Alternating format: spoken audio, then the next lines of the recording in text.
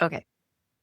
Welcome, Jose. Thank you so much for joining me here on Unpacking Disability and the Cool Cat Voices from the Disability Community series, where we try to bring disability community together and introduce cool people from the cross disability community, of which you are definitely one. And thank you so much for being here. Thank you for having me. I'm so glad that we have a space to also show people with disabilities as not one-note characters. We are complex. Oh, absolutely. I'm wondering if you can take a minute to introduce yourselves. Sure. Who am I? That's a great question. I am a speaker. I'm an activist. I'm also a therapist, a mental health therapist, and I'm a researcher. All of my work is about intersectional violence and how intersectional communities, queer, BIPOC folks, queer, disabled folks, react to violence and engage in healing. And so I'm often thinking about how folks are experiencing harm from various directions, and we don't just cower in fear. There are ways in which we pick ourselves up as a community and move forward. And so wanting to bring that to light and support and affirm that as much as I can. Wow. Thank you. There's so much I want to talk to you about. Yeah. So much. One of the things about the Cool Cat series is, as I started this a long time ago, and I asked the same set of questions to everybody. And the point of that is really to emphasize the difference in our answers and how we are so very different. Like, we're all coming to this with a lived experience and disability, and we're so diverse. And I think that's part of the beauty of everyone answering the same set of questions. But just diving into those questions. Yeah. Okay. I am wondering, what is your connection with disability?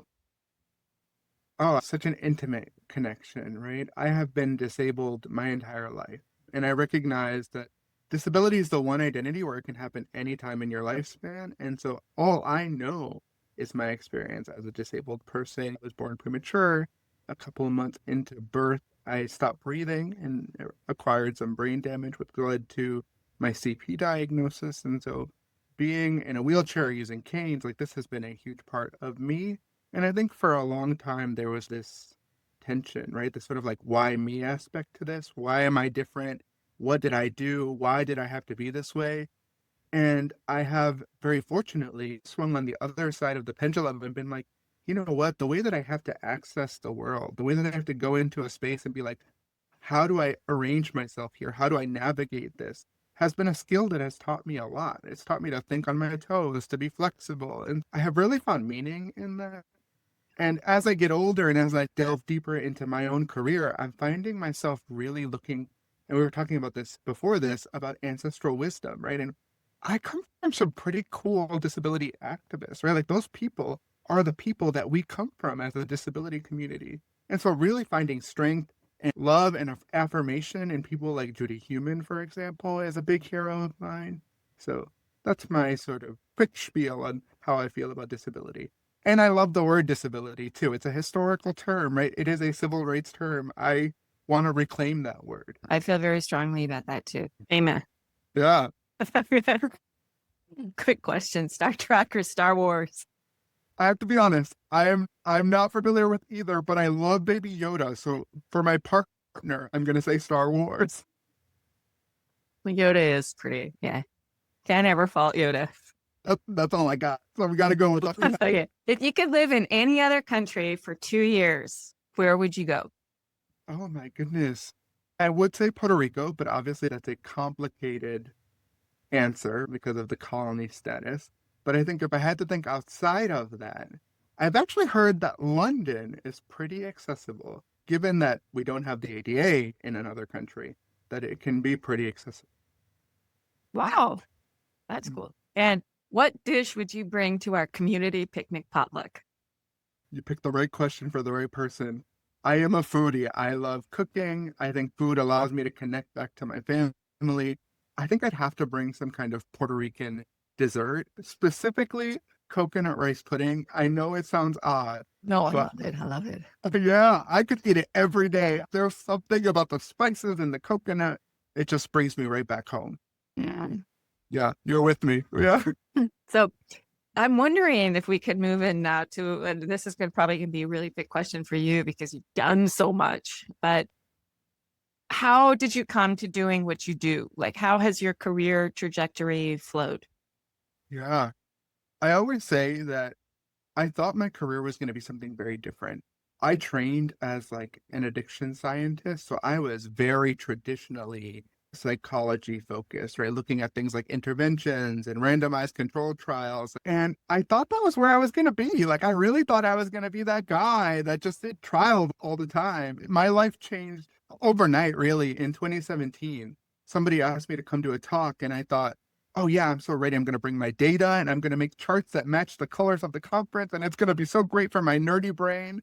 And they were like, we don't want that. We want you. And in sharing my own experience of being a mental health professional, of being different, that was the theme of the talk. I realized that I'm not happy with science that is decontextualized. Like, I want to think about how people's lived experiences impact mental health and psychological well being. And from that talk, finding people saying, I wish my brother could hear this. I wish my neighbor could have heard your talk. It made me realize I'm not alone, that there are so many people who have lived experiences that impact our mental health. And that led me to the Phoenix Empowered. The idea that, like, we have to rise up, but we actually have to be empowered to rise up. Otherwise, it's not going to happen. And so that's where my life's work really pivoted. And now it's all about that. It's all about uplifting the stories and educating the public to be like, mental health is not one size fits all, and we need to do better. We have to for the communities that are suffering currently in our world. I get passionate. Yeah. Yeah, thank you. And that is so interesting, like how you were really on one track and then it just serendipitously evolved and expanded to include more of who you really are, huh? Yeah, I don't even recognize that person anymore. I feel like I'm living in my truth now. And where would you like to see yourself in 5 years? In 5 years, I have a dream that our nonprofit will be able to open a holistic, fully radical healing centric center for wellness that can provide more services nationally and do more than we're already doing. I think in 5 years, I want to see us being at the forefront of the mental health conversation and talking about how identity and mental health are interconnected. That's my goal for the next 5 years. I've always loved video production. I'm a film nerd. And so thinking about different media ways to talk about mental health has always been interesting to me. Yeah, I couldn't agree with you more about how that identity and that intersection and all of that just really, it's all connected. But I'm wondering, could we also take a minute, if you could talk a little bit more about your nonprofit? What is the Phoenix Empowered about? Yeah, so we have the two-pronged mission, right? The first part is uplifting stories, and we do that in a couple of ways.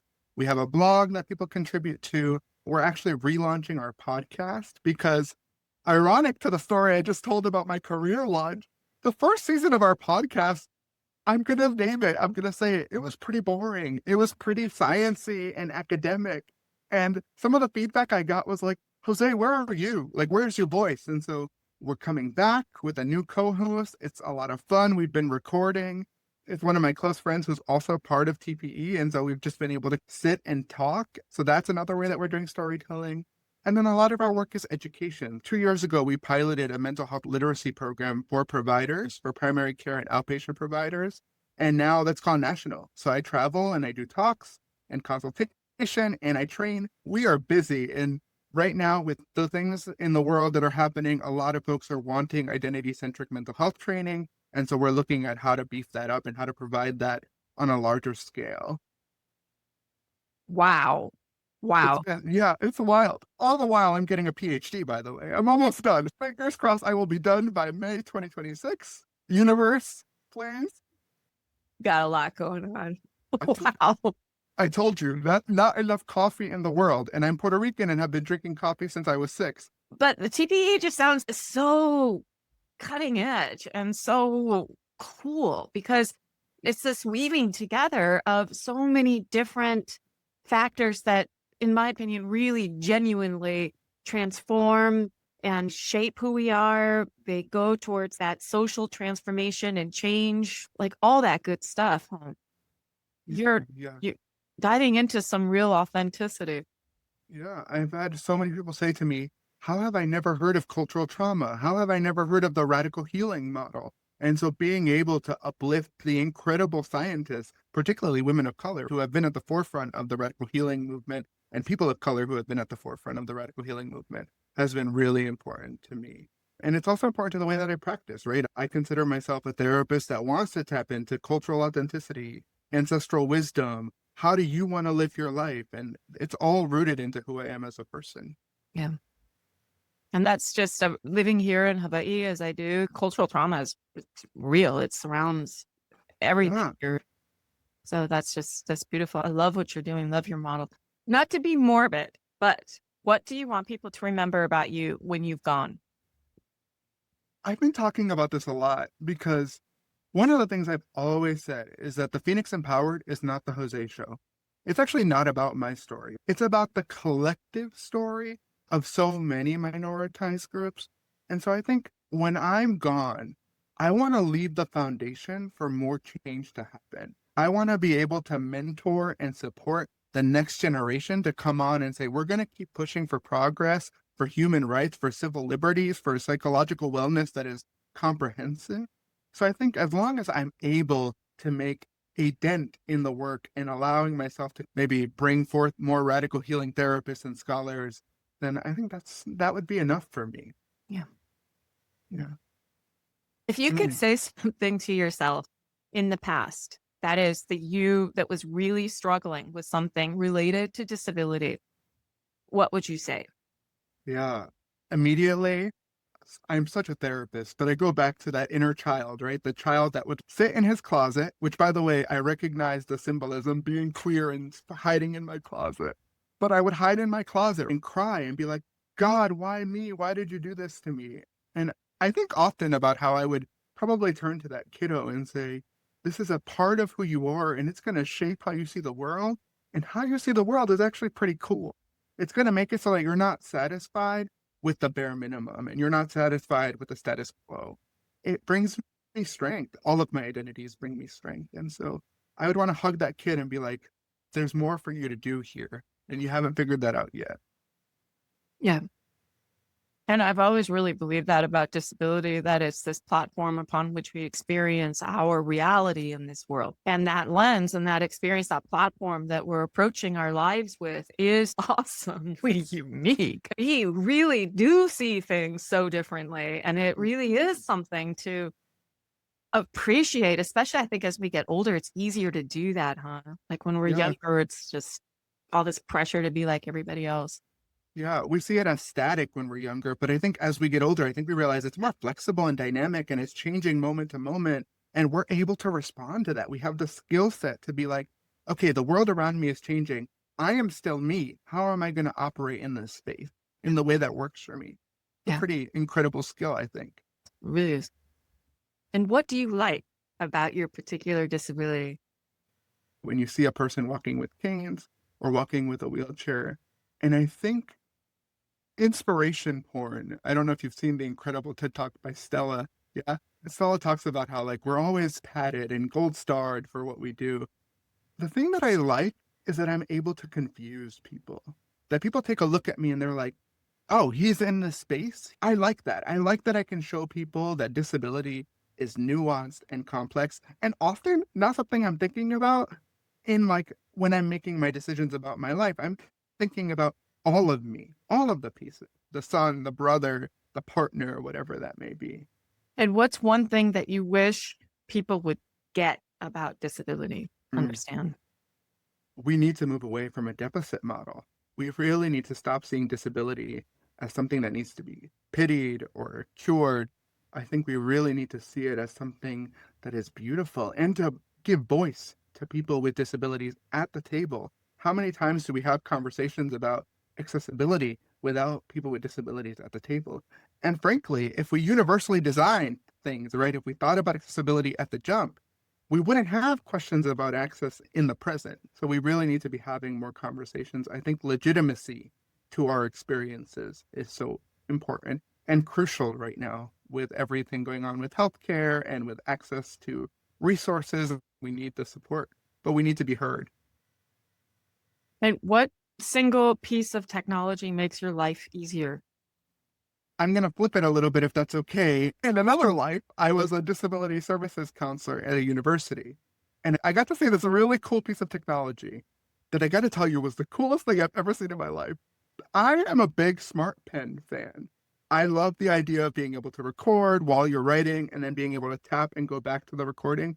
I think we could all use things like that. And so I find things like Smart Pen's really helpful. For me personally, text to speech is really helpful. I'm a two-finger typer. If I can speak to a computer, I am all about it. But I think technology in and of itself continues to get more and more accessible.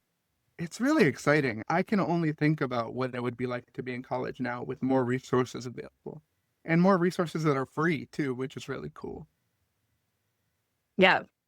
Okay. This is just my water bottle, but it's also got the Star Trek stuff in it. The reason why I love Star Trek so much is because Star Trek's vision, and I grew up with Star Trek. Every Thursday night as it came out, brand new, we'd sit around and watch the episodes. So I grew up with it. And in Star Trek, the approach to the world is so different. One, they've evolved past money. There's no money. There's no nothing. Everybody's moving into like work that they're engaged with, that they love, this contributing factor, like all of this. And the way that they see things is so completely different. The chief engineer in the Enterprise, which is like the main Starcraft, is blind. Oh, Yeah. And then they cover all of these different disability intersections in Star Trek. For example, one of the episodes had a deaf man who was an interpreter. It was called The Interpreter. And his job was he was the interpreter. And they had all these episodes that covered disability in these completely different ways. Even the ship's counselor, who's sitting next to the captain all the time, she's an empath. So they value that skill set as well. And so like when the ship comes up, they're meeting aliens and not googly green, whatever, but they're meeting like another race. They put them on screen, they're talking, they have a universal translator. So it translates everything. They can always understand each other, and that's why. And then the screen goes off. The captain turns to the counselor and he's okay, so what do you sense? I'm sensing hostility, or I'm sensing this and this. And she'll talk about what she's feeling from this other race. And so there's this whole validity to all of these things, like from like emotions, from like the way that we see things, from like the way that we emote, everything in Star Trek. And it's always been my personal like vision for our future. And because I grew up with it too, it's this idea that it really is about value. It's about access. It's about seeing things in a different way.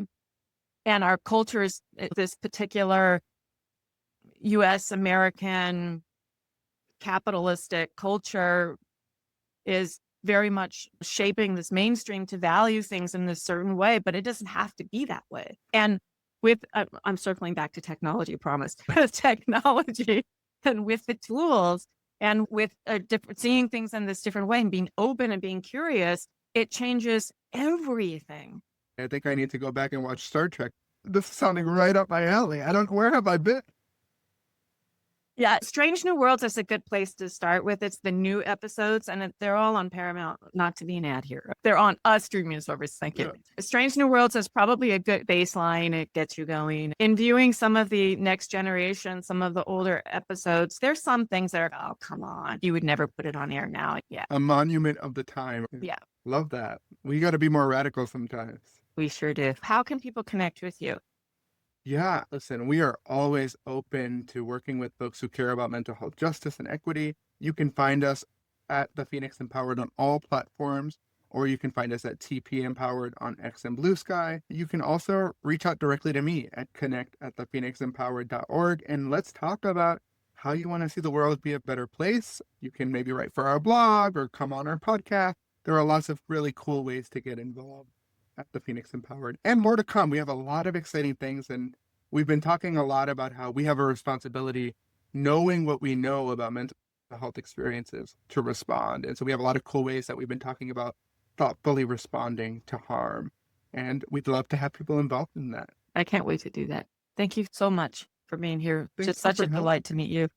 So true. I hope I get to come back and we can have more conversations. I'll report back on Star Trek. It'll be great. Thank you.